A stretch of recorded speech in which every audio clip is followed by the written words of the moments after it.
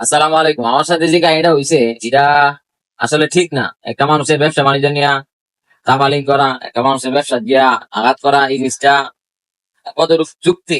আমি এই জিনিসটা বলি সিরিয়াস বলা কথা। এটা সিরিয়াস কি দরকার হয়েছে? লাভটা কি হয়েছে এটা আমার বোঝা। এটা সিরিয়াল লাভটা কি হয়েছে তোর? আর শোন, কারো সফলতা দেখে যদি তোর জ্বলে, তে বুঝা নিস তুই কোনো মানুষের কাতারে না। কারণ একটাই, মানুষে আরেকজন মানুষের সফলতা দেখে যদি তোর শরীর মানে জ্বলে, মানে আরেকবারে কি করতেছে, বিজনেস করতেছে, বাবা এটা বললেছি এটা বললেছি, এই না করে তুই কর। এই বেটা কি করছে না করছে, এই বেটা তো এমনি এমনি হয়েছে না। কোন আমার এই ব্যবসা 7 বছর চলতেছে, 6 বছর প্লাস। আর আমার এই ব্যবসা করতে গিয়া আমার যত সময় লাগছে, যত কিছু করতে হয়েছে, এর আগে কি করছি না করছি, অনেক কাজ করছে, অনেক কষ্ট নষ্ট করে, যাই হোক এত হয়েছে। এমনি এমনি হয়েছে না। কাজে রাখ, কাজ কর। আমার পিছিয়ে লাগে তো লাভ কি?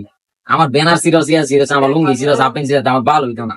ঠিক আছে, দেনা কইরা নিজের সময় কাজে দেয়, নিজের সরকারি তাই দেয়। কথা বুঝছ? আরেকবার সফলতা দিকে তুই তোর শরীর, মানে তোর শরীর জ্বলে, কিন্তু মানুষের কাতারে না। আর যাই হোক, ব্যবসাটা এমনি এমনি হয়েছে না, এটা মাথায় রাখিস। প্রত্যেকটা মানুষের সফলতা পিছে কোনো না কোনো একটা কারণ থাকে। আর এই ব্যানার সিস্টেম বালা কথা, ব্যানার তো আর তোর বাবাই না ব্যানারটা লাগাই দিয়ে গেছে না। কথা বুঝছ? কোন ভালো মানুষের ঘরে জন্ম হয়ে যায় তোর, নেক্সট কারো ক্ষতি করার আগে চিন্তা করে করিস। বুঝছ না? বস্তি এগুলা বানাবে দাস, তো এগুলাই করবে, মানুষের পিছিয়ে লাগিয়ে থাকবে। কোন বেটা কি করতেছে না করতেছে, কোন বেটা সফলতা, কোন বেটা কি হয়েছে না হয়েছে, তুই দেখবি। মানুষের কাতারেন না তো তোরা। নিজে কর্ম কর, নিজে চেষ্টা কর। অন্য বেটা কি আছে না আছে, এদিকে তো শরীর জলে কি লাগে, এদিকে তো তোর লাভ নাই।